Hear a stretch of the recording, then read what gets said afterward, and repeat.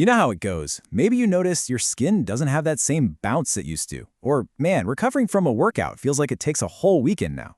Well, those little things, they aren't just random. They're actually signals. Your body is talking to you in a language we're only just now starting to translate. So what if we could actually get to the root of all this? What if we could learn to speak our body's own language and, gently nudge it back towards repair and vitality? That's the huge question we're digging into today. And the answer might just lie in some tiny but incredibly powerful molecules. And here they are, peptides. Now, the easiest way to think about them is like your body's own private text messaging system. They're these short little chains of amino acids, and their whole job is to be master signaling molecules. They send out super specific instructions that tell your cells exactly what they need to do. Okay, right off the bat, I know what you might be thinking. Oh, great, another health trend. But before you go there, you gotta understand that peptides are not new at all. In fact, their history is baked right into the foundations of modern medicine. I mean, we're talking about a history that goes back a full century to one of the biggest medical discoveries ever, insulin. Yep, insulin. The thing that saved millions and millions of lives, that was the very first peptide therapeutic. What's happening today is that we're just entering this amazing new era where we can use them with incredible precision. And get this isn't about putting some weird foreign substance into your body. Our bodies are already swimming in peptides. We've identified over 7,000 of them, all naturally occurring, acting as hormones, neurotransmitters, you name it. They're a core part of who we are. So how do they actually work? The best analogy is to think of them less like a drug and more like a highly specialized task force. You know how a lot of conventional drugs can be like a chemical flood, just kind of hitting everything in the area and causing all sorts of side effects? Well, peptides are the complete opposite. They're masters of precision. They're like these tiny biological drones, each one programmed with a very specific mission for a very specific target. The whole process is actually beautiful. Your body identifies a task, let's say it needs to repair some damaged tissue, so it deploys the correct peptide drone.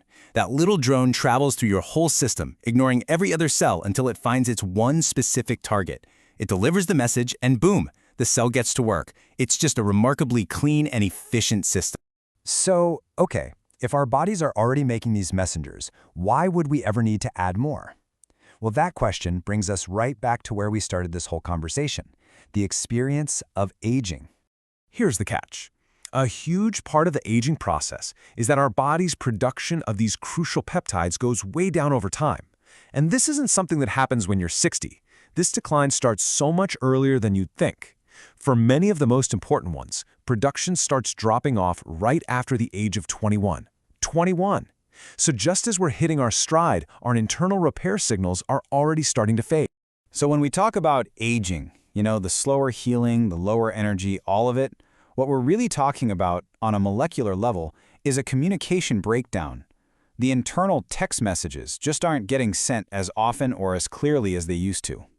All right, so if we can reintroduce these little messengers, what kind of signals can we actually send? Let's look at a few really fascinating examples. This just gives you a taste of how specific this can get.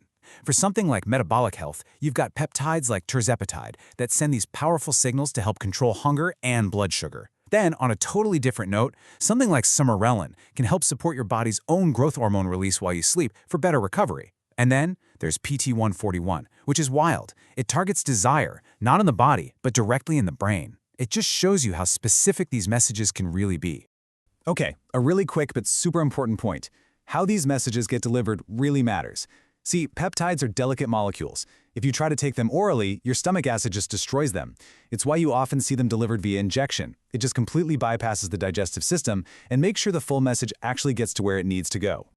But this isn't just about topping up what your body has lost. The next frontier, and this is where it gets really exciting, is using peptides to go after the root causes of age-related damage. So, as we get older, our bodies start to collect these things called senescent cells. The nickname for them is zombie cells, and it's perfect. They're old, damaged cells that have stopped working right, but they refuse to die off. Instead, they just hang around, pumping out inflammatory stuff that damages the healthy cells nearby. And this is where it honestly starts to feel like science fiction. There are peptides, like one called FOXO4-DRI, that are basically being designed as senolytics, therapies that hunt down and clear out these zombie cells. This thing acts like a special forces unit. It goes in, selectively finds only the zombie cells and tells them to self-destruct. This clears the way for healthy cells to actually do their job. It's a massive shift from just managing symptoms to actually removing one of the core drivers of aging. So when you put all of this together, their incredible precision, the fact that they're a natural part of our biology, and their potential to go after root causes, you start to see that this isn't just a new treatment. This is a fundamental shift in how we think about health. And this isn't just theory. You've got doctors like Andrew Huberman, who works with really tough cases like brain injuries. He points out that for a long time, there just weren't good options. But with peptides, he says he's witnessed dramatic results of healing. I mean, that's what it's all about, offering real hope in areas where conventional medicine has been stuck. Now look, peptides are not a magic bullet. What they represent is a smarter, more precise, and more restorative way of doing medicine. It's an approach that works with our biology instead of against it. It's all about restoring the signals, the conversations, our bodies have lost over time. So that leaves us with the final big question. As we get better and better at speaking this molecular language, what does the future of human health and longevity really look like?